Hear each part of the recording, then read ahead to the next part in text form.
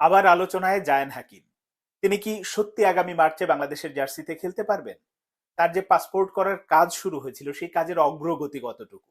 আসলেও কি অগ্রগতি হয়েছে না হয়নি? এ নিয়ে বিস্তারিত জানাবো, আশা করি পুরোটা শুনবেন। প্রথমেই বলি, রিসেন্ট জায়ান হাকিম যে ইন্টারভিউটা দিয়েছে সেটা আমরা কম বেশি সবাই শুনেছি। সেখানে তিনি পরিষ্কারভাবেই বাংলাদেশের জার্সিতে খেলার জন্য যে অধীর আগ্রহে অপেক্ষা করছেন সেটা আমরা বুঝে গেছি, বা তিনি সরাসরি বলেছেনও যে অনেক মানুষের ভালোবাসা পাচ্ছেন, প্রতিদিনই অনেক মেসেজ পাচ্ছেন, এগুলো বিস্তারিত বলেছেন। আমরা অনেকদিন হলোই শুনছিলাম যে তিনি খেলতে আগ্রহী বাংলাদেশের জার্সিতে। শেষ পর্যন্ত তিনি প্রকাশ্যে এটা বললেন, এটা হচ্ছে স্বস্তির খবর। এখন তিনি আগ্রহ প্রকাশ করলেই বা বললেই তো হলো না, মূল কাজটা যেটা, যে কাগজপত্রের যে অগ্রগতি কাজ করে বাংলাদেশে হওয়ানোর জন্য যে কাজটা, সেটা তো আসলে শেষ হতে হবে। সেই কাজ এর আগে কিন্তু একবার শুরু হয়েছিল। এর আগেও আলোচনা এসেছিলেন যে জায়ান হাকিম সম্ভবত আমরা ভারতের বিপক্ষে ম্যাচে পাবো, এরকম একটা সম্ভাবনা তৈরি হয়েছিল। কিন্তু তখন তার যে পাসপোর্ট করার প্রক্রিয়া একটা জায়গায় গিয়ে থেমে গিয়েছিল। থেমে যাওয়ার যে কারণটা সেটা একটু আপনাদের প্রেক্ষাপটটা বলি।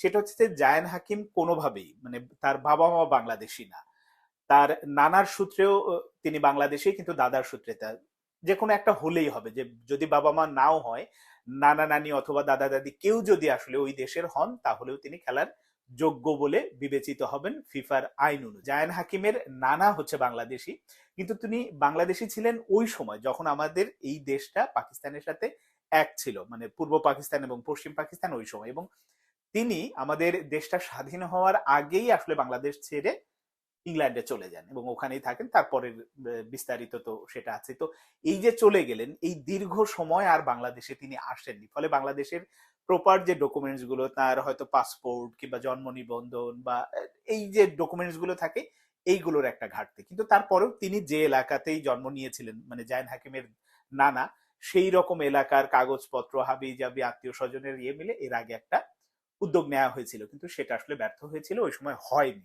এখন যেটা হয়েছে যে জায়ন হাকিমের নানা আরো কিছু ডকুমেন্টস সংগ্রহ করেছে। এক হচ্ছে যে তিনি যে বাংলাদেশে বসবাস করতেন এরকম একটা হাতে লেখা, মানে জন্ম নিবন্ধন বলা যাবে না, ওই যে প্রত্যয়নপত্র বা তিনি কোন এলাকায় বাস করতেন এইরকম একটা হাতে লেখা ডকুমেন্টস পাওয়া গেছে। সঙ্গে আরো কিছু সাপোর্টিং যেসব ডকুমেন্টস থাকে জমি জমা সংক্রান্ত, এইরকমের বেশ কিছু দলিল দস্তাবেজ পাওয়া গেছে। এবং সেইগুলো দিয়ে এখন নতুন ভাবে উদ্যোগ নেওয়া হয়েছে যে এই ডকুমেন্টস গুলো দিয়ে সাবমিট করলে তার পাসপোর্টটা, মানে দাদার পাসপোর্টটা হওয়া সম্ভব। দাদার পাসপোর্ট হলে দেন হচ্ছে জায়ন হাকিমের যে পাসপোর্টটা। তো ওই কাজটা করার জন্য এটা কিন্তু ফুটবল ফেডারেশন ডিরেক্টলি তারা করছে না, এটা একটা এজেন্সি করছে।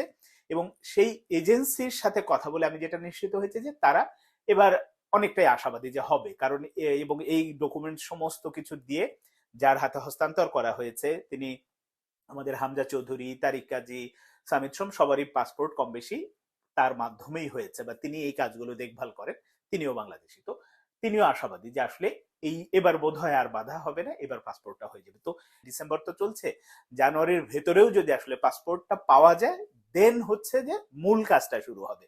তখন হচ্ছে ফুটবল ফেডারেশনের কোর্টে এই যে এজেন্সি যে কাজটা করছে, এটা যে ফুটবল ফেডারেশনের কনসার্ন নেয়নি তা না। ফুটবল ফেডারেশন জানে, ফুটবল ফেডারেশনের কর্মকর্তারা জানে যে এরকম একটা ইংল্যান্ড প্রবাসী ফুটবলারের নাগরিকত্ব বা তার পাসপোর্ট করার কাজ করছে অমুক, অমুকরা করছে, এই ব্যাপারে এরকম অগ্রগতি, তারা এ নিয়ে ওয়াকিবহাল।